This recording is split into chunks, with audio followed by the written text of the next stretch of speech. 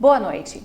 Quem já não sentiu um pouquinho de ansiedade nas horas que antecedem uma grande prova, a liberação da lista dos aprovados em um concurso ou mesmo diante de uma cirurgia tão delicada? A ansiedade, ela é uma reação normal diante de situações que podem despertar medo, angústia, dúvida ou expectativa. Mas e quando ela foge do controle? Para falar sobre este assunto, sobre os transtornos de ansiedade, principalmente sobre o transtorno de ansiedade generalizada, convidamos o médico psiquiatra, o Dr. Bernardo Dias Tams. Boa noite, doutor. Seja bem-vindo ao nosso programa. Boa noite, muito obrigado. Bom, doutor, explica pra gente, então. A ansiedade, ele é um sentimento que está presente na vida de todos, é isso mesmo? A ansiedade é comum. Todos nós temos, todos nós sentimos como qualquer outro sentimento. A ansiedade, a tristeza, a irritabilidade, a raiva, tudo. A questão é que em alguns momentos ela se torna exacerbada, ela se torna intensa demais e aí ela começa a interferir na tua vida. E quando ela começa a interferir na tua vida, começa a surgir o problema, que aí se pensa em doença, né? Mas, via de regra, é um sentimento comum, como todos nós. Eu costumo dar alguns exemplos, como véspera do nascimento de um filho, por exemplo. É normal tu ficar ansioso, né? Agora, tu ficar ansioso numa situação em que tu não sabe se vai chover ou se não, uma coisa mais trivial, isso pode ser sinal de que tem alguma coisa errada. Claro que não é um motivo só que causa ansiedade, é um conjunto de sintomas, né?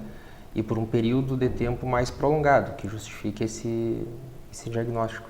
Pois é, então quando que a gente pode considerar então que a ansiedade ela se torna anormal, então ou um caso de doença mesmo? Especialmente é muito individual isso aí. É quando isso começa a tornar a tua vida um problema. Tu começa a ter sintomas que começam a interferir no teu funcionamento. Tu começa a ter problemas no teu trabalho, começa a ter problemas no teu relacionamento em casa, marido, esposa, filhos.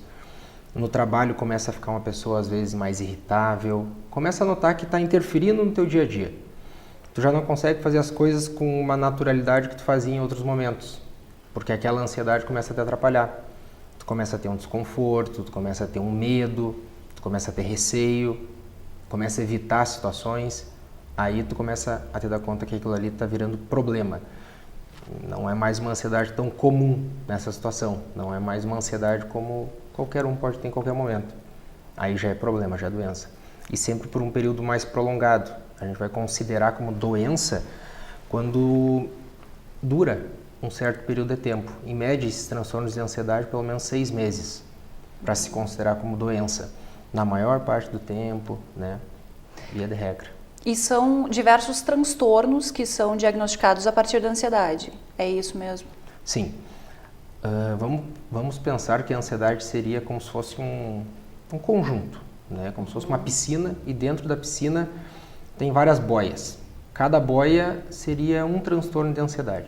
Toda piscina significa ansiedade, mas dali a pouquinho tu separa e tem transtorno de ansiedade generalizada, tu tira outra boia, vira fobia específica, uma outra boia é fobia social, uma outra boia é o mutismo, uma outra boia é ansiedade de separação na infância. Então tu vai separando. No início, a maioria das pessoas cursam com um quadro inespecífico. Sou ansioso, ponto. Não consigo me definir muito o que eu tenho.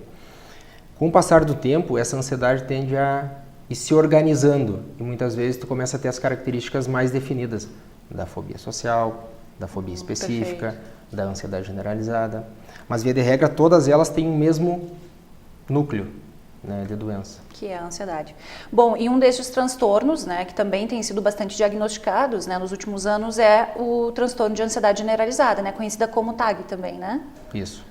Conta pra gente, explica pra gente como é que é, o que é esse transtorno.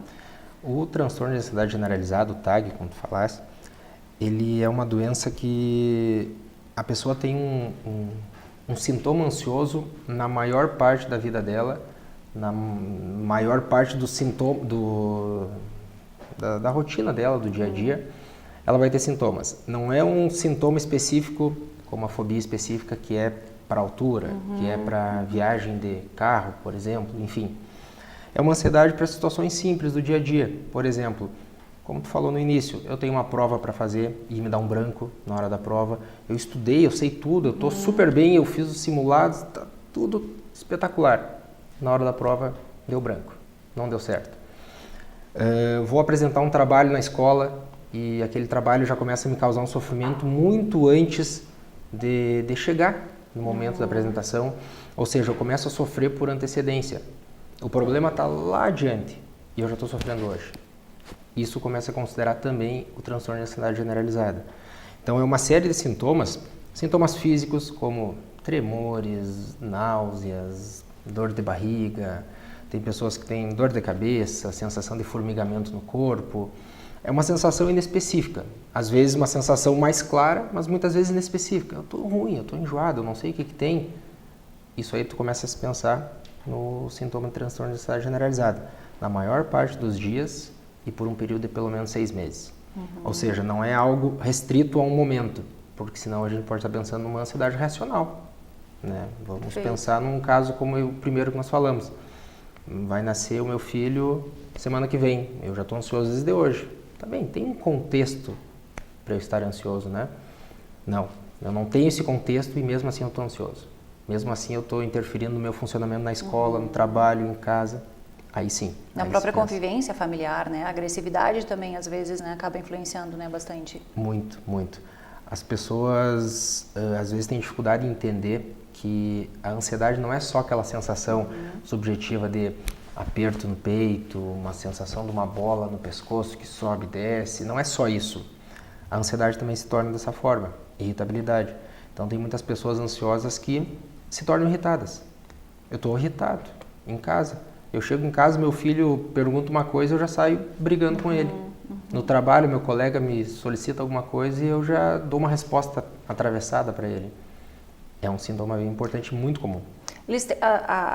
A TAG pode, na verdade, ter sintomas psicológicos, propriamente dito, ou de comportamentos, e físicos também, como o senhor falou, né? Algumas pessoas dizem até que às vezes têm a sensação que estão tendo um infarto, né?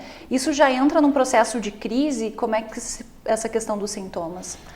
Esses quadros mais intensos, mais agudos, eles já são uma outra doença.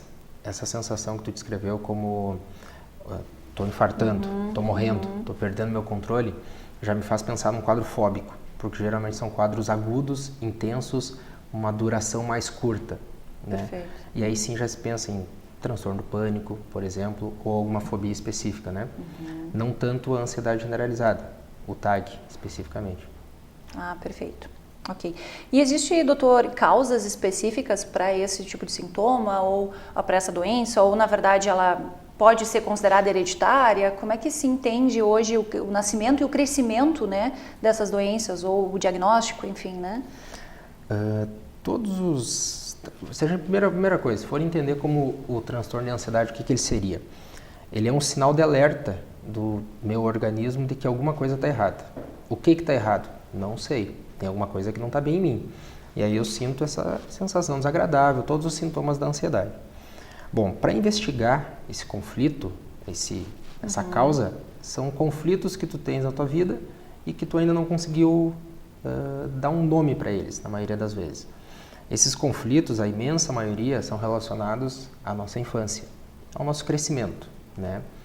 Nesse período, nós temos muitas fantasias, então muitas vezes as fantasias não são completamente elaboradas e vão se tornando alguns conflitos mais claros e no futuro isso se torna um sintoma mais claro. A ansiedade sempre tem 2 componentes básicos, o componente genético, ou seja, eu tenho uma carga genética, meu pai, minha mãe, meu irmão, minha avó, alguém, não necessariamente tem que ter sido nessa sequência, né? Pode ter sido uma geração ou outra para trás, mas tem um componente genético e o segundo sempre tem um componente ambiental. O que seria isso? Situações da minha vida que vão gerar essa ansiedade, que é muito individual. De repente nós dois vamos viver o mesmo conflito. Vou dar um exemplo. Teve um acidente de ônibus, nós dois estávamos no ônibus, vivemos o mesmo trauma e aí talvez tu desenvolva um transtorno e eu não. Ou eu desenvolvo e tu não. Por quê? Característica genética diferente, mas fator ambiental pode ter sido o mesmo. Basicamente esses dois. Eles só vai ter a doença quando os dois convergirem, os dois andarem juntos. E existem fatores de risco, assim, por exemplo, mulheres tendem a ter mais a TAG ou homens tendem a ter mais?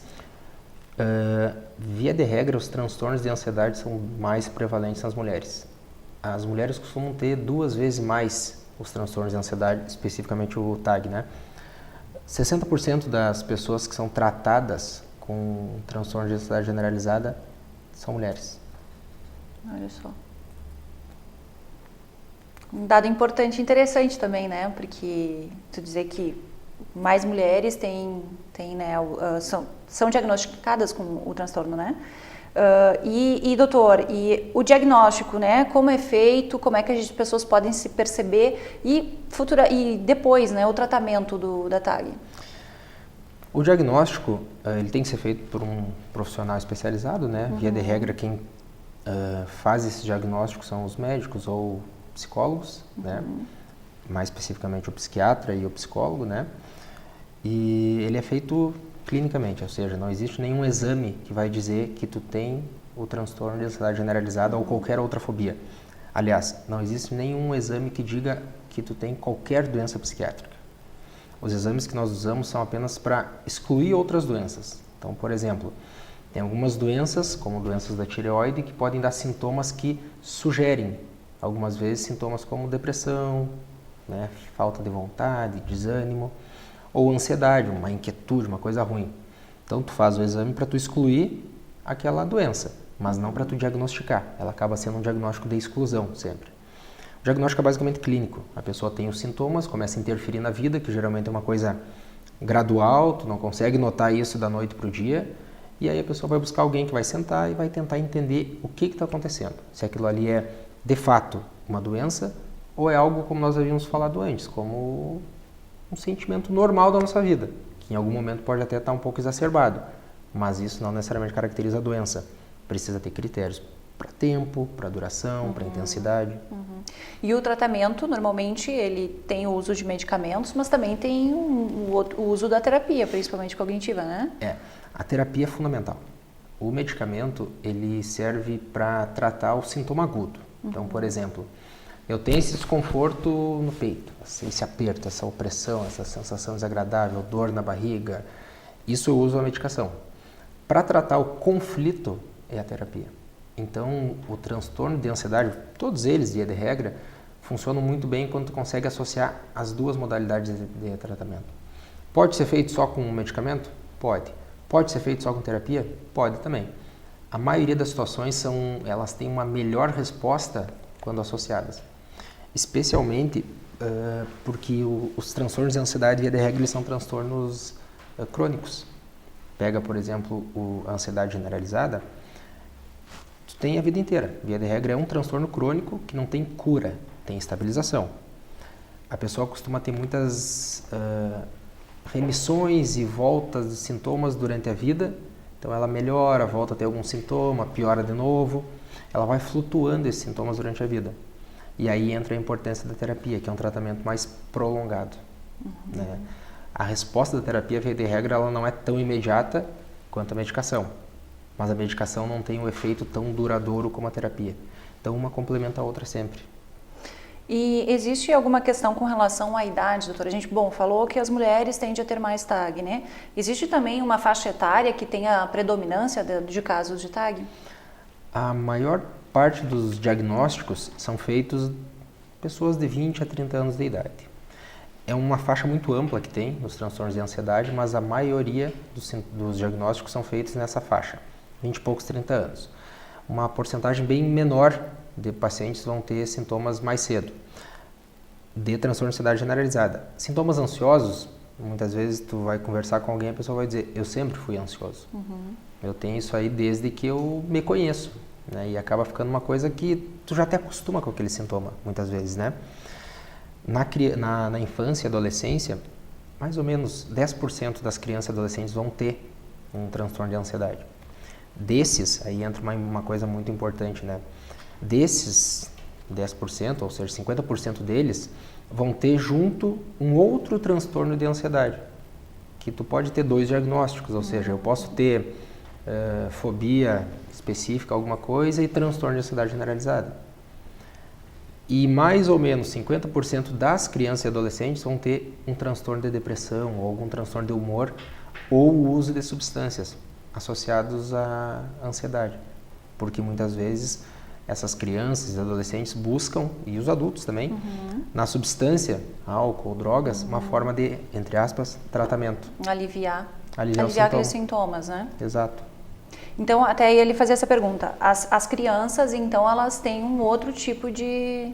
Né, não necessariamente elas são diagnosticadas com esse tipo de ansiedade, porque ela vai chegando num ponto, então, que vai se tornar mais ansioso ou vai ter esse transtorno de ansiedade, ou tem casos de crianças já pequenas que são consideradas com TAG? Tem. Tem sim. Assim como todas as doenças têm situações específicas em que a criança já tem o diagnóstico muito claro naquela idade. Especificamente a criança, o diagnóstico se torna mais difícil porque os sintomas são muito parecidos com outras doenças. Então, às vezes, sintomas de depressão cursam com sintomas muito parecidos com o da ansiedade. A criança hiperativa, a criança com distúrbio de oposição, por exemplo, ela muitas vezes se torna uma criança mais agressiva, assim como o ansioso muitas vezes é agressivo. Então, na infância, o sintoma fica mais misturado. Então, por isso que o acompanhamento é o mais importante. A gente não deve se preocupar com um diagnóstico hoje. A gente tem que se preocupar em acompanhar. Tu faz o diagnóstico do momento para fins de tratamento agudo, para tirar a dor, o sentimento, o sintoma agudo. Mas tu tem que sempre pensar a longo prazo, porque muitas vezes essa doença vai se moldando com o tempo até definir uma característica maior. Perfeito. Bom, doutor, a gente vai a um rápido intervalo. Daqui a pouquinho a gente volta, então, continuando a falar sobre o transtorno de ansiedade generalizada e sobre a ansiedade. Então, a gente volta já.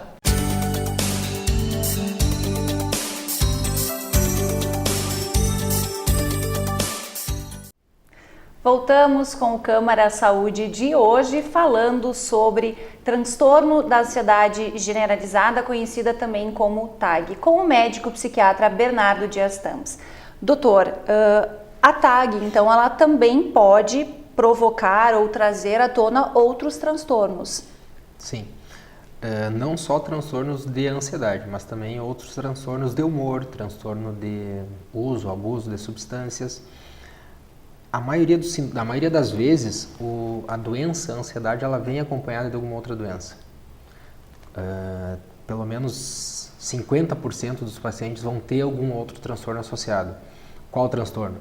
Transtornos de humor, como depressão unipolar, ou transtorno bipolar, alguns pacientes, ou uso e abuso de substâncias, numa tentativa, como nós falamos antes, de tratamento, de aliviar os sintomas. Eu estou ansioso, eu vou lá e uso uma substância para me acalmar. Ou eu estou deprimido e eu uso uma substância para me dar energia. Então, muitas vezes tem essa comorbidade. E são coisas independentes, né? Não quer dizer que uma leve a outra. São coisas independentes. Eu posso ter essa como posso ter a outra, de formas separadas. E a mesma coisa que nós conversamos antes sobre a origem disso, né? Componente genético, componente ambiental. E da mesma forma a depressão também, né? Ela pode estar relacionada também, né? Sim, depressão, muito comum. É um dos quadros mais comuns associados à ansiedade generalizada, especialmente a depressão unipolar, que é um pouquinho diferente da depressão bipolar. O que seria a depressão unipolar? A depressão unipolar são sintomas de humor deprimido, né? Como tristeza, falta de ânimo, falta de disposição, perder a esperança, a expectativa por algumas situações. E não tem sintomas sugestivos da outra doença, que é o transtorno bipolar. E o transtorno bipolar, por sua vez, ele vai ter o sintoma deprimido, né, de humor deprimido, mas ele também pode ter o outro extremo, que é o que a gente chama de mania ou hipomania. Então, a depressão bipolar é quando ela cursa só com sintomas, é essa doença do transtorno bipolar, mas cursa só com depressão. A unipolar tem só depressão, ela não vai ter essa mistura possível de sintomas. Perfeito.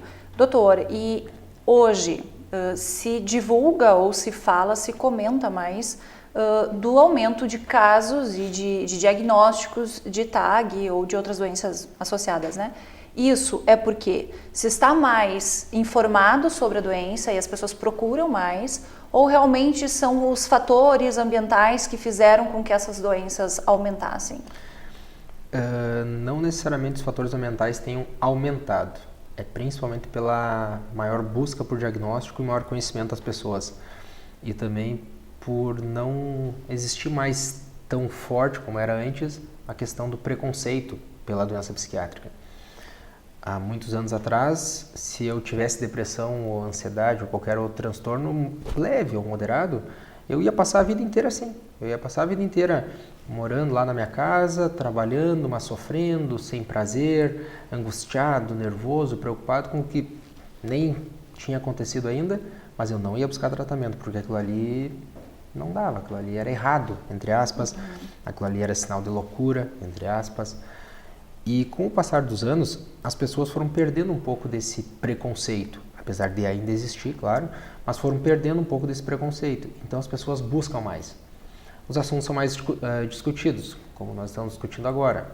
Então, na TV, no rádio, no jornal, mais vezes tu vê sobre essas doenças.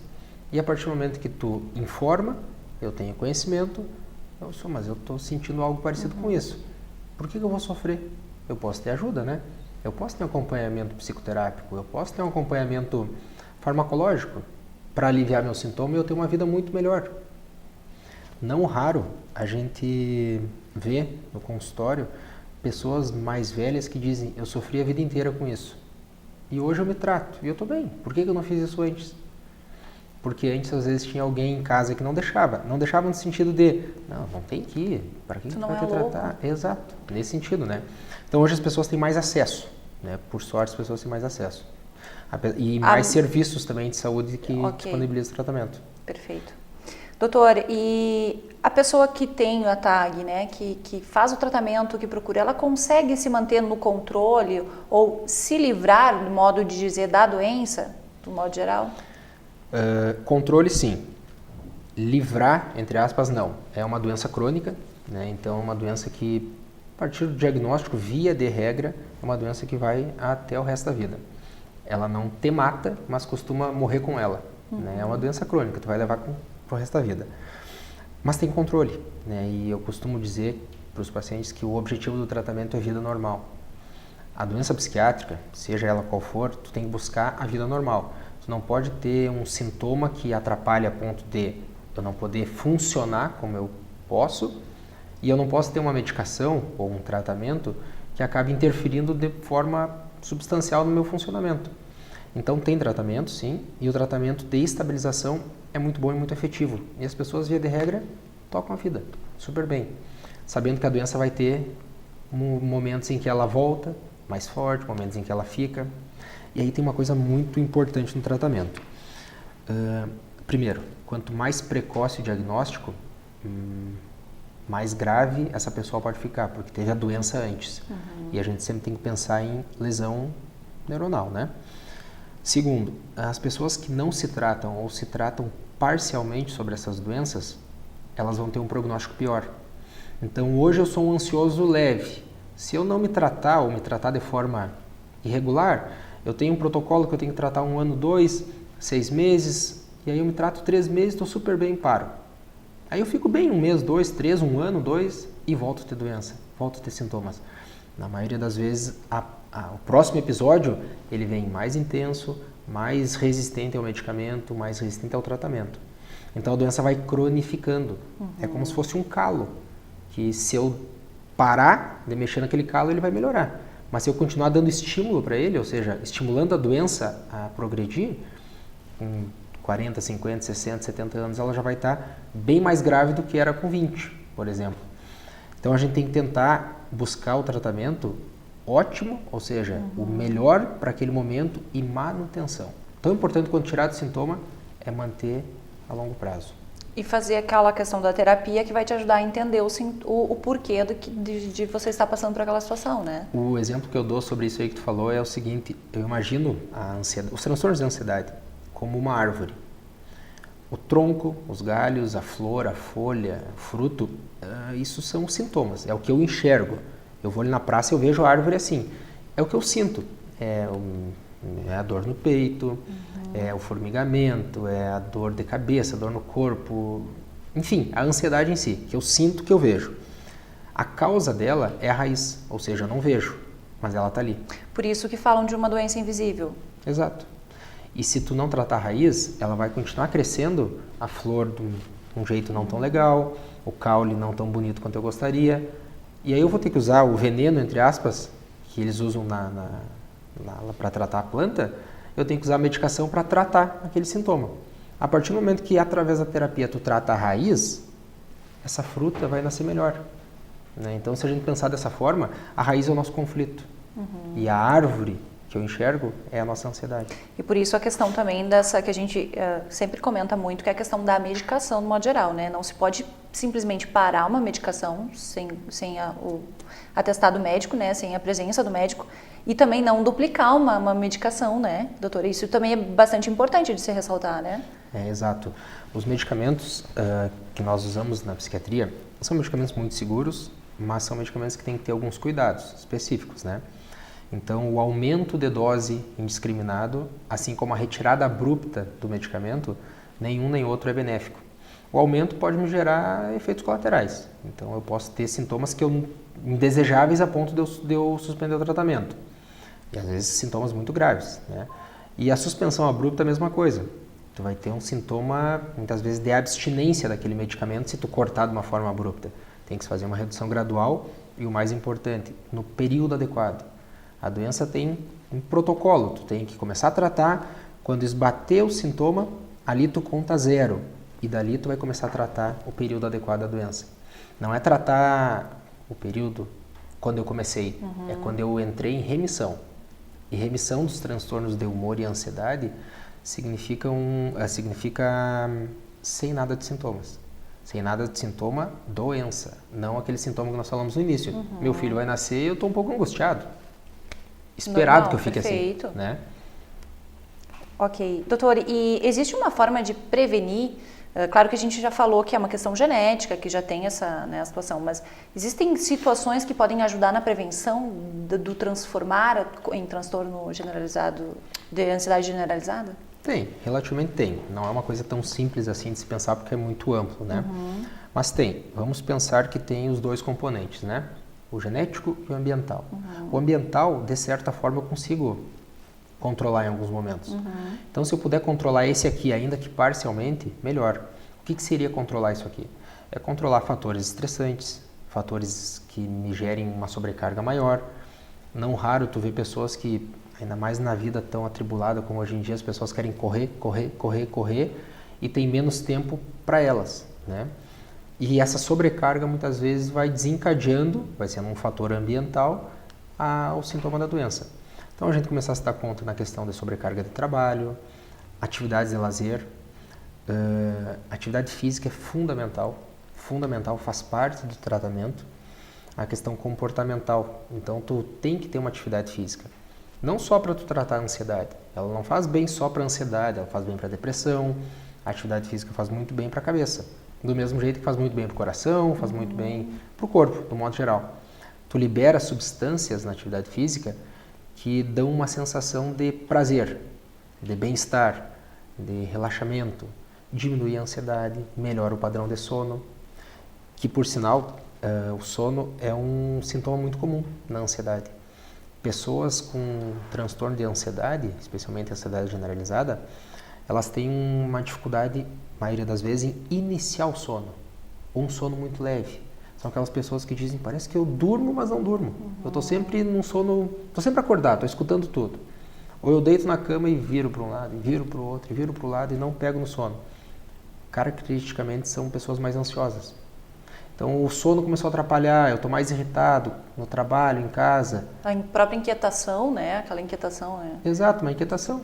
De não parar, de não conseguir fazer nada concentrado, né? Exato. Uma situação que...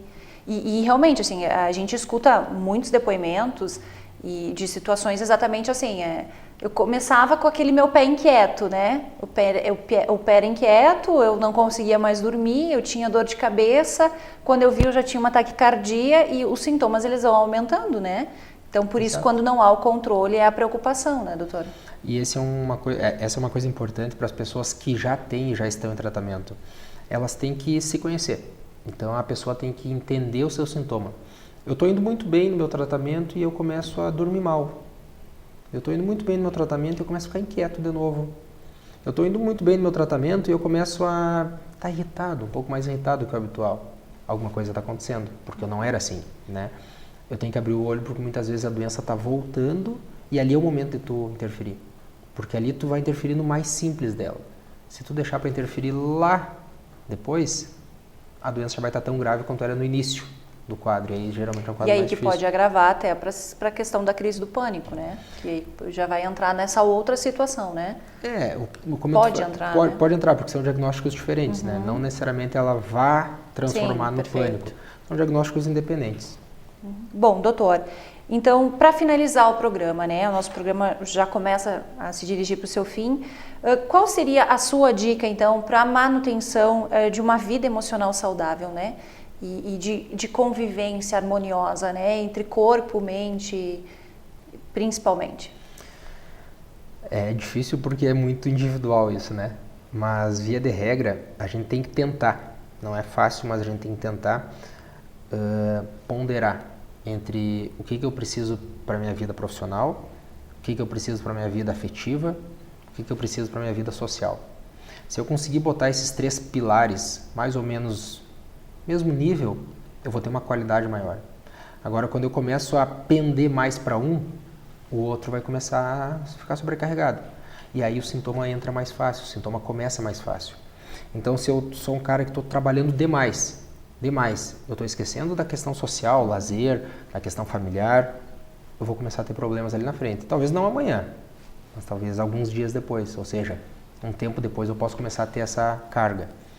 Então, o que a gente tem que tentar, por mais difícil que seja no dia a dia corrido de hoje, é ter esse controle, ponderar um pouco para cada situação, não sobrecarregar, ter muita atividade física, que isso é espetacular e essencial para a nossa qualidade de vida.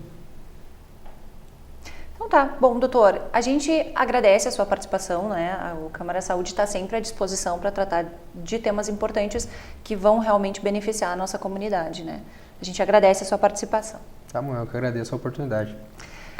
O programa, então, Câmara Saúde de hoje fica por aqui. A gente agradece a sua participação. Não esqueça sempre de curtir, compartilhar e, quem sabe, nos manda a sua sugestão para o nosso próximo debate. Muito obrigada, tenham todos uma boa noite.